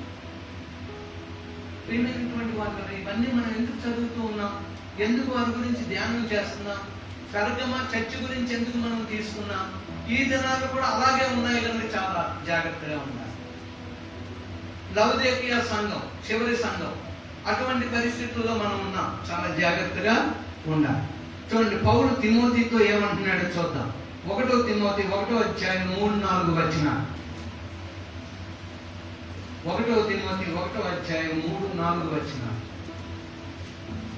నేను మాసిదోనియకు వెళ్ళుచుండగా సత్యమునకు భిన్నమైన బోధ చేయవద్దని, కల్పనా కథలను నిజము లేని వంశావళులను, చూడండి, సత్యమునకు భిన్నమైన బోధ, సత్యమునకు భిన్నమైనది ఎక్కడైనా ఏ బోధైనా ఉందేమో చూసుకోండి. తర్వాత కల్పన కథలు, తర్వాత వాదోపవాదాలు, అవి కూడా దేవుని కల్పనా కథలు. ఈ మధ్య కాలంలో కల్పనా కథలు చెప్పేసి పాస్టర్ గారు అందరిని భయపెట్టేస్తున్నారు. నీవు చర్చికి వచ్చావు, మధ్యలో వెళ్ళిపోతున్నావు కనుక నెక్స్ట్ డే మధ్యలో వెళ్ళిపోతుంది అమ్మాయి మధ్యలో వెళ్ళిపోతా ఉంటే జీప్ తొక్కేసింది. నేను మీటింగ్ అయిన తర్వాత వెళ్ళిపోతా ఉంటే చూశాను, ఈ అమ్మాయి యొక్క మధ్యలో వెళ్ళిపోయింది, ఎంత పని అయిపోయింది అని చాలా బాధపడ్డాను. 2వ వారం వచ్చి చర్చిలో చెప్తాను. అది కూడా చెప్పవు, తప్పదు. ఏదో పని మీద ఎవరో వెళ్తే అది ఎగ్జాంపుల్ గా తీసుకుంటే, ఇంకా చర్చికి మధ్యలో ఏదైనా పని ఉండి అడిగి వెళ్ళవలసిన వాళ్ళు, అమ్మ మధ్యలో ఎందుకు వెళ్ళడం, పాస్టర్ గారు చెప్పారు కదా నన్ను ఎక్కడ తొక్కేస్తుందని చర్చికి రావడం మానేస్తారు. భయపెట్టద్దు. లేఖనాలను బోధించు. ఆయా సమయాల్లో ఎవరైనా ఏదైనా అవసరతలో వస్తే వారికి చెప్పు. అంతే, కల్పన కలవద్దు, కల్పించి నువ్వు చెప్పొద్దేది. ఉన్న పరిస్థితులను బట్టి కథ అల్లడం. చాలా మంది సేవకుని మధ్య కథలు, ఇంకా అందరూ నవ్వుకోవడం, ఇలా దుర్గతించుకోవడం, ఇలా కన్ను కొట్టుకోవడం, ఇలా అనుకోవడం, అంటే ఆ కథలు ఇన్నేసి నవ్వులు. చాలా జాగ్రత్త సుమా. కల్పన కథలకు వెళ్ళొద్దు. వాక్యం ఉన్న రీతిగా బోధించే బోధన మనం విందాం. కల్పన కథలు ఏం చేస్తాయంటే లేఖనాలను తప్పించేస్తాయి. పాస్టర్ గారు ఏం చెప్పారో మర్చిపోయాను కానీ పాస్టర్ గారు కథ జ్ఞాపకం ఉందండి. కథ జ్ఞాపకం ఉంది. ఏం చెప్పారంటే వాక్యం జ్ఞాపకం లేదంటే ఏం జ్ఞాపకం ఉంది? ఇలా ముంచేస్తున్నారు సేవకులు చాలా మంది. కథ జ్ఞాపకం ఉందంటే లేఖనాలు జ్ఞాపకం లేదు. లేఖనమే నిన్ను వెలిగించేది, లేఖనమే నిన్ను స్థిరపరిచేది, లేఖనమే నిన్ను తీర్పు నుంచి తప్పించేది, బలపరిచేది, ఆరోగ్యం ఇచ్చేది లేఖనం. చాలా జాగ్రత్తగా ఉండాలని మనం చేస్తున్నాం. చూడండి, ఇప్పుడు మన సాక్ష్యం ఎలా ఉండాలి? యేసు ప్రభువుని మార్గంగా చూసుకుందాం. మన సాక్ష్యం ఎలా ఉంది? యేసు ప్రభు సాక్ష్యం ఎలా ఉంది అంటే చూడండి, యోహాను సువార్త 1వ అధ్యాయం 18వ వచనం చూడండి. ప్రభు సాక్ష్యం ఎలా ఉంది? యోహాను సువార్త 1వ అధ్యాయం 18వ వచనం. ఎవడును ఎప్పుడైనా దేవుని చూడలేదు, తండ్రి రొమ్మునున్న అద్వితీయ కుమారుడే ఆయనను బయలుపరచెను. చూడండి, ఈ కుమారుడు ఎక్కడున్నాడంట? తండ్రి రొమ్మున ఆనుకున్నటువంటి. శిష్యుల్లో యోహాను ఎక్కడంగా ఆనుకున్నాడు? యేసయ్య రొమ్మున ఆనుకున్నాడు. అందుకే అందరూ యోహాన్ని పిలిచేది, నువ్వంటే ఆయనకి చాలా ప్రేమ, కొంచెం రికమెండ్ చేయు అనేవారు. సో ప్రియమైనటువంటి వాళ్ళరా, మన ప్రభు అంట తండ్రి రొమ్మున ఆనుకున్నటువంటి సాక్షి. యోహాను భక్తుడు అంటే అపోస్తలుడు ప్రభు అయిన యేసు రొమ్మున ఆనుకున్నటువంటి జీవితం, యేసును ప్రేమించిన శిష్యుడు. అంచేత ఇప్పుడు మనం ఏం చేయాలంట? మన సాక్ష్యం అలాగే ఉండాలంట. మన సాక్ష్యం, ప్రభువు యొక్క సాక్ష్యం ఎలా ఉందంటే తండ్రి రొమ్మున నేను ఆనుకున్నాను. యోహాను సాక్ష్యం ఎలా ఉందంటే ప్రభుని రొమ్మున ఆనుకున్నటువంటి శిష్యుడు. నీవు నేను కూడా ప్రభు రొమ్మున ఆనుకున్నటువంటి బిడ్డలుగా మనం ఉండాలి. నీ సాక్ష్యం నా సాక్ష్యం. ప్రభుని గుణలక్షణ, ఆయన రక్తం, ఆయన శరీరం తీసుకుంటూ మనం ఒకరిని ద్వేషించామా, ప్రేమ లేని వారిగా ఉన్నామా, నరకానికే మనం సిద్ధం, తీర్పు తీర్చబడతాం. నీవు తీసుకుంటుంది గడగడలాడుతూ తీసుకోవాలి ప్రభు బలను. వీలైతే మనలో ఉన్న కోపతాపాలు మానుకోవాలి, తీసుకోవాలి. శత్రుత్వాన్ని మానుకోవాలి. ఆచారయుక్తంగా తీసుకోవద్దు, ఆచారయుక్తంగా ప్రార్థన చేయొద్దు. ఆ ప్రార్థన దేవుడు కండి, ఆచారయుక్తమైన ప్రార్థన దేవుడు కండి. పరిచయ దేవుని ప్రార్థిస్తున్నాడు, నా ముందు ఉన్నటువంటి శంకరులాగా నేను ప్రార్థించడం లేదు, ఉపవాసం ఉంటున్నాను వారానికి 2 రోజులు, అన్నిటిలో కూడా నేను నీకు భాగాలు ఇస్తూ ఉన్నాను. శంకర ప్రార్థన ఎలా ఉంది? అయ్యో ఆకాశం తట్టు నా కన్నులు ఎత్తడానికి కూడా నాకు శక్తి సరిపోవడం లేదు, నేను యోగ్యుడు కాదు. ప్రభు ఆ ప్రార్థన విన్నాడు. పాపినని నన్ను క్షమించు అన్నాడు. పరిశుద్ధుడిగా ఉండి ప్రభువును ఆనుకున్నాడు. ఆ ప్రార్థన విన్నాడు. అరగంట సేపు ప్రార్థించినటువంటి పరిచయని ప్రార్థన వినలేదు. తన గొప్పను చూపెట్టుకున్నాడు. లేఖనాలు చెప్పిన రీతిగా 10వ భాగం ఇచ్చాను, లేఖనాలు చెప్పిన రీతిగా ఉప్పు, పప్పు, ఆవాలు, జీలకర్ర అన్నింటిలో కూడా 10వ భాగం ఇచ్చాను. దేవుడు ఆ ప్రార్థన వినలేదు. సో ప్రియమైనటువంటి వాళ్ళ, అలాగే మనం చూసుకున్నట్లయితే 2వ తిమోతి 2వ అధ్యాయం 20-21 వచనాలు చదవనమ్మా. 2వ తిమోతి 2వ అధ్యాయం. గొప్ప ఇంటిలో వెండి పాత్రలను బంగారు పాత్రలను మాత్రమే కాక కర్రవియు మంటివియు కూడా ఉండును. వాటిలో కొన్ని ఘనతకును కొన్ని ఘనహీనతకును. అంతేనండి, చాలా 2 రకాల పాత్రలు ఉన్నాయంట. ఘనతకు పాత్ర ఉందంట, ఘనహీనతకు పాత్ర ఉంది. ఇప్పుడు మనందరం పాత్రలు, ప్రభువు చేత వాడబడే పాత్రలు. ఇప్పుడు నీవు ఘనమైన పాత్రగా ఉన్నావా, ఘనహీనత పాత్రగా ఉన్నావా? ఆలోచించు.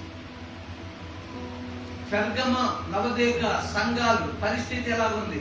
ఈ దినాల్లో అటువంటి పరిస్థితుల్లోనే మనం ఉన్నాం, అటువంటి దేశంలో మనం ఉన్నాం, అటువంటి సమాజంలో మనం ఉన్నాం. ప్రత్యేకమైన జీవితం మనం జీవిస్తున్నామా లేదా? ఆయన యందు ఎటువంటి ప్రేమ కలిగి ఉన్నాం? ఒకసారి ఆలోచించేస్తాం. ఘనమైన పాత్రగా ఉన్నావా, ఘనహీనతగా? అవి ఒక ఇంట్లోనే ఉన్నాయండి ఇవన్నీ, ఘనతకు ఘనహీనతకు. ఎలా ఉన్నాం ఒకసారి ఆలోచన చేసుకుందాం. అబ్రహాముని, లోతుని మనం జ్ఞాపకం చేసుకుందాం. చూడండి, ఇప్పుడు లోతు దగ్గరికి వెళ్దాం. మనము 13 ఆదికాండం 13, 8, 9 వచనాలు చదువుకున్నాం. ఇప్పుడు 10వ వచనం చూద్దాం లోతు గురించి. లోతు తన కన్నులెత్తి యోర్దాను ప్రాంతం అంతటిని చూచెను.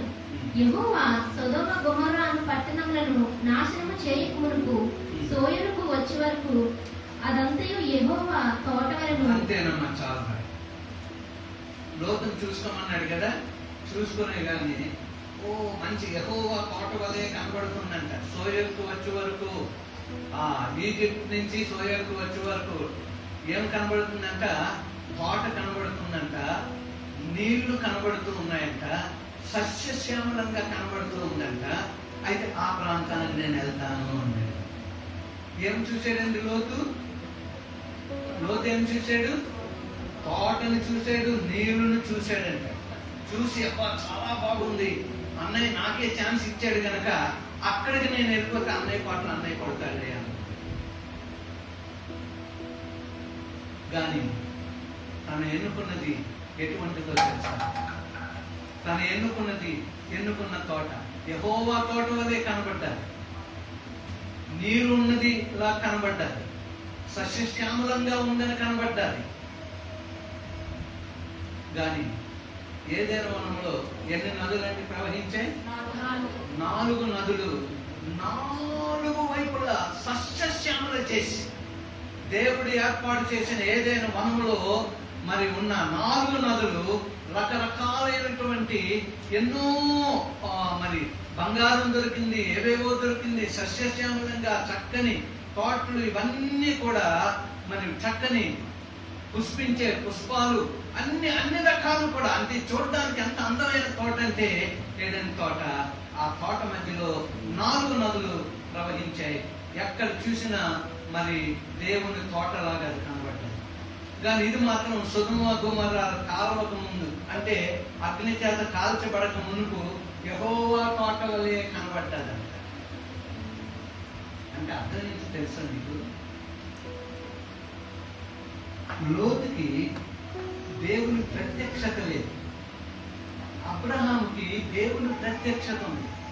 అందుకే అబ్రహాము ప్రేమ కలిగి, భారం కలిగి, తమ్ముడా నీవు ఎటు సైడ్ వెళ్తావు అటు వెళ్ళు, తర్వాత దేవుడి చిత్తం, నువ్వు వదిలిన చోటకి నేను వెళ్తాను, దేవాని చిత్తం అన్నాడు.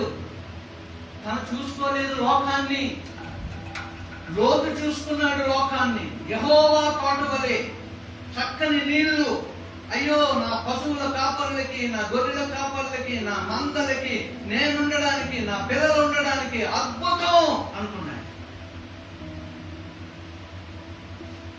కానీ అబ్రహాంకి ఎప్పుడు పడితే అప్పుడు దేవుడు ప్రత్యక్షపరచబడ్డాడు, ప్రత్యక్షతనిచ్చాడు. ఎక్కడికి వెళ్ళాలి, ఎక్కడికి వెళ్ళకూడదు, ఏమి చెయ్యాలి, ఎప్పటికప్పుడు దేవుడు మాట్లాడుతూనే ఉన్నాడు. ఎవరితోని? నీతిమంతుడైన అబ్రహాము, విశ్వాస్యత కలిగినటువంటి అబ్రహాము, ప్రేమ కలిగిన అబ్రహాము, భారము కలిగినటువంటి అబ్రహాముతో దేవుడు నిత్యము మాట్లాడుతూ ఉన్నాడు. నిత్యము ఆయన ప్రత్యక్షత, దేవుడిని చూస్తూ ఉన్నాడు, దేవుడిని స్వరం వినగలుగుతూ ఉన్నాడు. దేవుడు అంటున్నాడు, అబ్రహాంకి నేను స్నేహితుడను, అబ్రహాము నాకు స్నేహితుడు. నేనేది చేసినా అబ్రహాంకి చెప్పకుండా ఉంటానా? ఆలోచించేయండి. సిసిసి కుటుంబాలు, దేవుడు మనతో మాట్లాడుతూ ఉన్నాడు. అబ్రహాంని, లోతుని మన ముందు పెట్టి ఉన్నాడు. ఇద్దరు నీతిమంతులే. ఒక నీతిమంతుడు దేవుని వైపు చూస్తూ దేవుని ప్రత్యక్షతను కలిగి ఉన్నాడు. ఒక నీతిమంతుడు లోకం వైపు చూస్తూ లోక ప్రత్యక్షతను చూసుకుంటూ ఉన్నాడు. యెహోవా తోట వలె ఉందని అక్కడికి వెళ్ళాడు. అయితే లోకంట అక్కడక్కడ సమృద్ధిగా ఉన్నాయి నీళ్లు అనుకున్నాడు. ఏముందో తెలుసా? పాపము. దేవదూతలను చూసి సొదొమ గొమొర్రా ప్రజలు ఏమన్నారు? బయటికి తీసుకురా, వారితో మేము కూడుతాము. అంటే వాళ్ళకి పాపము ఇంకా సరిపోలేదు, ఇంకా దాహంగానే ఉంది. పాపము ఇంకా జుర్రుకుంటున్నారు, తాగుతూ ఉన్నారు, ఇంకా తాగాలని ఉంది వారికి. దేవదూతలను బయటకు పంపించమంటున్నారు. ఈ రాత్రి మేము వారితో గడుపుతాం, బయటకు పంపించు లోతు అంటూ ఉన్నారు.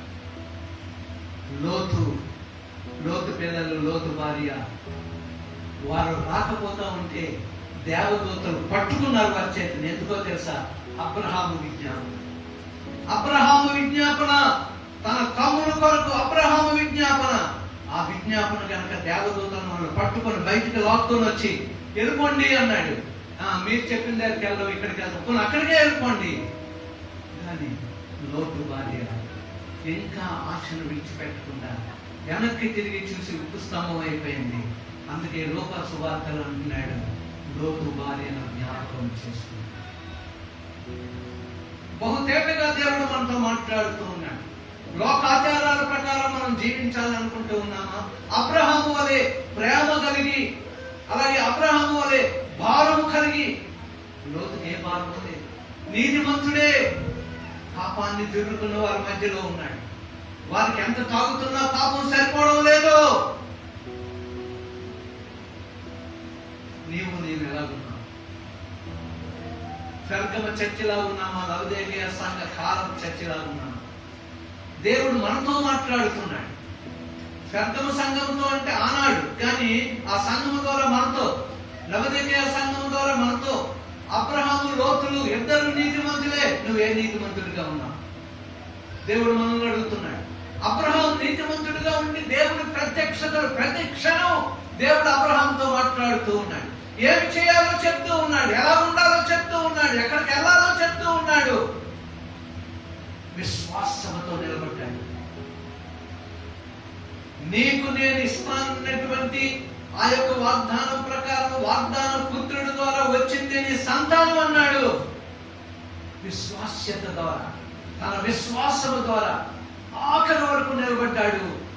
దేవుని యొక్క కార్యాలు అబ్రహాం చూశాడు. నీవు నేను చివరి దినాల్లో నిలబడలేకపోతే రక్షణను కోల్పోతాం, ఇంకా మన పని నరకయాతని అంటున్నాడు. ఇప్పటి వరకు నీవు కాపాడుకున్నావు రక్షణ, ఇక మీదట నీవు కాపాడుకోవాలా రక్షణను. తాగుబోతుగా ఉండకూడదు, తిట్టుబోతుగా ఇంకా ఉండకూడదు, వ్యభిచారిగా జాగ్రత్తలు చేసేవారుగా ఉండడానికి వీలు లేదు. ఈ కన్నులు దేవుడిని చూసేవిగా ఉండాలి. ఈ యొక్క చెవిని యొక్క వినికిడి దేవుని స్వరం వినేదిగా ఉండాలి. నీ కాళ్ళు, చేతులు, సర్వ శరీరంలో ఉన్న అంగాలు దేవుని కొరకు మాత్రమే జీవించాలి. చప్పట్లు కొట్టాలి, చేతులు ఎత్తాలి, సువార్త చేయాలి.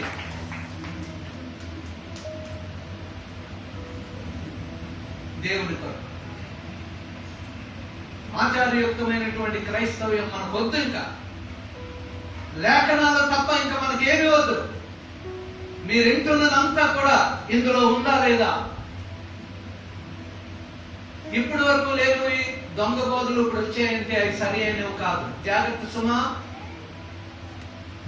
ఈ మధ్య దొంగ బోధకులు ఎలాగంటే వాళ్ళు మంత్రాలలాగా సాతాను నుంచి ప్రేరేపింపబడి నిన్ను నన్ను కూడా మంత్రముగ్ధులను చేసేసి ఇప్పుడు నేను చెప్తుంది రక్షణ అని నీ దగ్గరికి వస్తాను.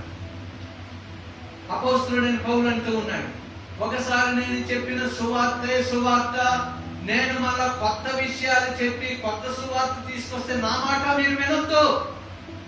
చివరి దినాల్లో మనం ఉన్నాం. ఇప్పటి వరకు మీకు బోధించింది కాకుండా నేను ఏదైనా బోధిస్తే అది మీకొద్దు. ఏదైనా బోధించినప్పుడు మీ పాస్టర్ గారు ఇందులో చెప్పారా లేదా? క్రిస్టఫర్ గారు వచ్చి మీసాలు తీసియండి లేకపోతే పరలోకం లేదు. ఎక్కడ ఉంది బైబిల్లో మీసాలు తీసిమని? మీసాలు ఎందుకు ఇస్తాడు దేవుడు? చాలా జాగ్రత్తగా ఉండాలి. చివరి దినాల్లో మనం ఉన్నాం. 24 గంటలు హాస్పిటల్కి వెళ్ళవలసిన పని లేదు. విశ్వాసము ద్వారా దేవుడు నీకు స్వస్థత ఇస్తాడు. కానీ అందుకే అంటున్నాడు కదా, 3 రోజులు నీకు తుమ్ము, రొంప ఇవన్నీ వచ్చాయనుకో, 3 రోజులు ఏదైనా వచ్చినట్లయితే ఈ రొంప ఇది కూడా మన మంచికే, లోన చెత్తపోద్ది. 3 రోజులు దాటిపోతే మాత్రం నీలో ఏదో ఉంది. డాక్టర్ దగ్గరికి పోయిన యేసు ప్రభు ఏమంటూ ఉన్నాడు? ఏమన్నాడమ్మా? పాపికి రక్షకుడు కావాలి, రోగికి డాక్టరు వైద్యుడు కావాలి. ప్రతీది చాలా జాగ్రత్తగా మనం ఉండాలి. చివరి దినాల్లో మనం ఉన్నాం. ఒకరినొకరు హెచ్చరించుకోవాలి, ఒకరినొకరు బలపరుచుకోవాలి, ఒకరినొకరు ఆదరించుకోవాలి, ఒకరినొకరు ప్రేమించుకోవాలి. దేవుని ప్రేమ ఒకరి పట్ల ఒకరు కలిగి ఉండాలి. దైవికమైన ప్రేమ, దైవికమైన జ్ఞానం, ఇవన్నీ కూడా దైవికము దైవికము దైవికము దైవికమైన విశ్వాసం, అందులో మనం నిలబడాలి. సో ప్రియమైనటువంటి వాళ్ళరా, చాలా జాగ్రత్తగా మీరు వింటున్నారు, సంతోషమే. కానీ ఎంతవరకు మీరు అవగాహన చేసుకున్నారు అది కావాల్సింది. ఇంటికి వెళ్ళిన తర్వాత ఈరోజు మీ ప్రార్థనా సమయం సాయంత్రకాలం ఇక్కడ చెప్పినవన్నీ ఒకసారి ఇంట్లో పెద్దలు మీకు తెలిస్తే, లేకపోతే ఎవరిని పెట్టు మీరు గట్ట ఆలకిస్తే ఒకసారి షేర్ చేసుకోండి. అదే కాలం పాస్టర్ గారు ఈ మాటలు చెప్పారు అని 4 మాటలు చెప్పండి. అబ్రహాము, లోతు వాళ్ళిద్దరు ఏమై ఉన్నారు, వాళ్ళ గురించి ఏమి చెప్పబడ్డాది, అబ్రహాంలో ఉన్న మంచి క్వాలిటీస్ ఏంటి, లోతులో ఉన్న మంచి క్వాలిటీస్ ఏంటి అని చూసినట్లయితే లోతు నీతిపరుడే, అబ్రహాము నీతిపరుడే.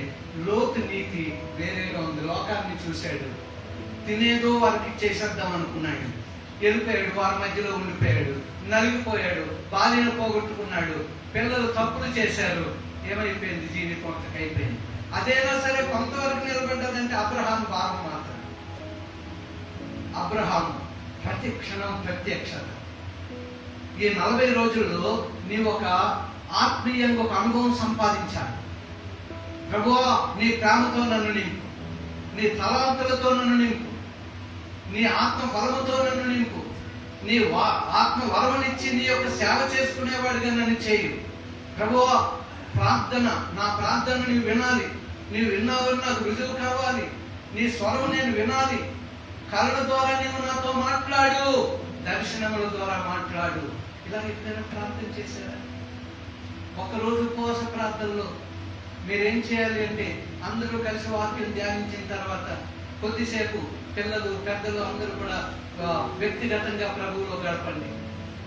మళ్ళా అందరూ కలుసుకోండి, కొంత రిలాక్సేషన్ అయ్యి మళ్ళా కలుసుకోండి. నీ వ్యక్తిగత ప్రార్థనలో నువ్వు ఎలా చేసావు, ఏం చేసావు, దేవుడు నీతో ఏం మాట్లాడాడు, ఏమి ఆలోచన నీకు ఇచ్చాడు. అప్పుడు తండ్రిగా, తల్లిగా, పెద్దలుగా అప్పుడు మీరు కంక్లూజన్ చేయండి. అమ్మా, ఇది దేవుడు మాతో మాట్లాడాడు, లేఖనాలు ఇలా చెప్తూ ఉన్నాయి. మీ అనుభవాలను పంచుకున్న పిల్లలతో కలిసి ప్రార్థించండి, ఎదగండి. ప్రభు రాకడ అతి సమీపంలో ఉంది. ఒకసారి అందరూ లేచి నిలబడదాం. లేచి నిలబడి ఎవ్వరు ఎటువైపు చూడద్దు, ఎవ్వరు ఎటువైపు చూడద్దు. భిన్నమైనటువంటి బోధలు 1 తిమోతి 1:3 కనబడుతుంది. యోహాను సువార్త 16వ అధ్యాయం 13వ వచనంలో సర్వ సత్యములోనికి పరిశుద్ధాత్మ దేవుడు నడిపిస్తాడు. గలతీ 2:13-14 ఇలాగుంది, సువార్త సత్యమే చెప్పాలి గాని తప్పు చెప్పకూడదు. బర్నబా కూడా మోసపోయాడు. అప్పుడు పౌలు గారు వచ్చి కేఫాని కూడా గద్దించిన రీతిగా మనం చూస్తూ ఉన్నాం. కొలస్సీ 1:6 దేవుని కృప సత్యముతో నీవు గ్రహించాలి. దేవుని కృప నీ మీద మెండుగా ఉంటే సత్యములో నీవు గ్రహింపగలిగిన వాడిగా ఉండాలి. 1 యోహాను 2:8 ఏమంటున్నాడంటే, సత్యమైన వెలుగు ఆయన యందు, మీ యందు కూడా ఆ వెలుగే గొప్ప కారణం చేస్తాడు. అలాగే పరిశుద్ధాత్మ దేవుడు బోధకుడుగా ఉంటే ఆత్మ నడిపింపు ద్వారా మంచి మనస్సాక్షి కలిగి మనము ఆ యొక్క బోధన వినాలి. రోమా 8:6 అంటున్నాడు, మనిషి ద్వారా పని చేయబడితే, మనిషి మాట వింటే మోసపోతారు. మనుషుల మాట వద్దు, మోసపోతారు. దేవుని మాట మీరు వినాలి. పాస్టర్ గారు దేవుని మాట చెప్తే మీరు వినాలి కానీ పాస్టర్ గారు సొంత మాట మీరు వినొద్దు. పాస్టర్ గారు మీకు హీరో కాకూడదు. అయ్యగారు అయ్యగారు అయ్యగారు అంటే అయ్యగారు మనల్ని మోసం చేస్తారు, వారి బోధ చేస్తారు, దేవుని బోధ వినరు. ప్రియమైనటువంటి వాళ్ళరా, చాలా జాగ్రత్త. అబ్రహాము ప్రత్యక్ష జీవితం కలిగి జీవించాడు. శరీర క్రియలన్నీ చంపుకున్నాడు. ప్రభు యొక్క ప్రత్యక్షతలో, మరి ప్రభు నడిపింపులో నడిచిన రీతిగా చూస్తూ ఉన్నాం.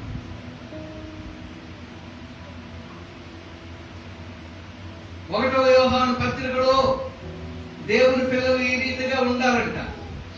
జీవము పొందుకోవాలి, సంతోషిస్తూ ఉండాలి, సాక్ష్యమిస్తూ ఉండాలి.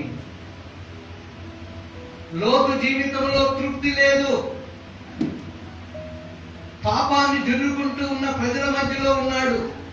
నీతిమంతుడే గాని లోకాన్ని చూశాడు. యెహోవా తోట వలె కనబడ్డాదంట. అది చివరికి ఎక్కడికి వెళ్ళింది? ప్రత్యక్షత లేని జీవితం. అబ్రహాము మళ్ళా భారంతో మొదలుపెట్టాడు గనక లోతు ఇద్దరు పిల్లలు తప్పింపబడ్డారు. లోతు భార్య ఉప్పు స్తంభం అయిపోయింది. నీవు నేను ఎలా ఉండాలి? రక్షణ పొందిన మనం జీవాన్ని అనుభవిస్తూ ఉండాలి. ఎవరా జీవం? మన ప్రభు యొక్క జీవాన్ని మనం అనుభవిస్తూ ఉండాలి. ప్రభు ఇచ్చిన సంతోషం ఎల్లవేళలో మనలో ఉండాలి. ప్రభు మన జీవితంలో ఇచ్చినటువంటి ఆ గొప్ప అనుభవం, సాక్ష్య జీవితం నీవు నేను కలిగి ఉండాలి. విశ్వాస జీవితం ఈ రీతిగా ఉండాలి అని ఈరోజు దేవుడు మనతో మాట్లాడాడు. చాలా మన మధ్యలో చెప్పవలసిన ఉన్నవి కానీ సమయం లేక నేను ముగించి ఈ మాటలు నేను స్పీడ్గా కొన్ని నేను మీతో చెప్తూ ఉన్నాను. జీవం పొందేవాడిగా, సంతోషించేవాడిగా, సాక్ష్యం ఇచ్చేవాడిగా, దేవుని బిడ్డగా, దేవుని యొక్క విశ్వాసిగా నీవు నేను ఉండాలి. అబ్రహాములా ఉన్నావా? లోతులా ఉన్నావా? లేకపోతే లోకం వైపు చూస్తూ ఉన్నటువంటి లోతు భార్య జీవితంలో ఉన్నావా? జ్ఞాపకం చేసుకో, బ్రతుకుని సమర్పించుకో. అబద్ధికుడైనటువంటి వాడు సమయం కొద్దిగా ఉందని నీ దగ్గరికి నా దగ్గరికి వచ్చి వాడు ఏవేవో మాట్లాడుతూ ఉన్నాడు. జాగ్రత్త సుమా. ఎవరి బిడ్డ? దేవుడు నీకు ఉద్యోగం ఇస్తాడు, దాని నమ్మకముగా నీవు ఉండు. దైవజనుల ముందు, తల్లిదండ్రుల ముందు నమ్రత కాదు, దేవుని ముందు నీవు నమ్మకముగా ఉండు. తప్పక ద్వారం తెరుస్తాడు నీ జీవితంలో. వివాహం కాలేనటువంటి వారికి తప్పక దేవుడు ద్వారం తెరుస్తాడు, మార్గం సుగమయం చేస్తాడు. ఆయన మీద మనం ఆనుకున్నామా లేదా? వ్యాపారంలో అభివృద్ధి దేవుడు ఇవ్వబోతూ ఉన్నాడు. ఉద్యోగంలో అభివృద్ధి దేవుడు ఇవ్వబోతూ ఉన్నాడు. ఆత్మీయ అభివృద్ధి దేవుడు ఇవ్వబోతూ ఉన్నాడు. దైవికమైన ప్రేమలో, దైవికమైన జ్ఞానంలో దేవుడు కంచబోతూ ఉన్నాడు. ఆయన కంచె మన చుట్టూ వేయబోతూ ఉన్నాడు. నీవు నేను ప్రార్థిస్తూ ఉన్నప్పుడు, దేవా నా కుటుంబం చుట్టూ నీ కంచె వేయండి, నా వ్యాపారం చుట్టూ నీ కంచె వేయండి, నా ఉద్యోగం చుట్టూ నీ కంచె వేయండి, నా పిల్లల చుట్టూ నీ కంచె వేయండి నాయన. ఇదిగో నీ కంచెలో ఉన్నటువంటి గొప్ప భద్రత నాకు, నా కుటుంబానికి కావాలి. ఈ రీతిగా ఎవరి మట్టుకు వారు ఒక 2 నిమిషాలు ప్రార్థన చేస్తారు. ఎవరి మట్టుకు వారు ఒక 2 నిమిషాలు ప్రార్థన చేయండి.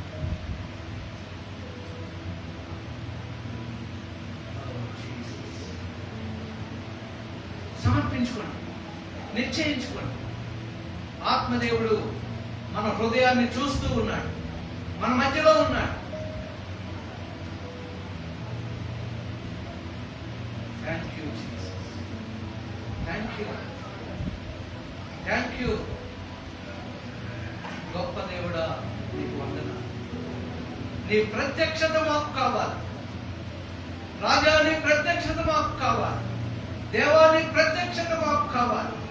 అబ్రహాంకి ఎలాగైతే నువ్వు ప్రత్యక్షపరుచుకొని ప్రత్యక్షతతో నడిపించి ఉన్నావో అలాగే నీవు మమ్మల్ని నడిపించాలి, మా కుటుంబాలను నడిపించాలి, మా సంఘాన్ని నీవు నడిపించాలయ్యా. సైన్యములకు అధిపతి అయిన యెహోవాగా నీవు మా ముందుండి మమ్మల్ని నడిపించాలి నాయన. మా శక్తి చాలదయ్యా, మా శక్తి చాలదు, నీవే మమ్మల్ని నడిపించాలి. Thank you Jesus.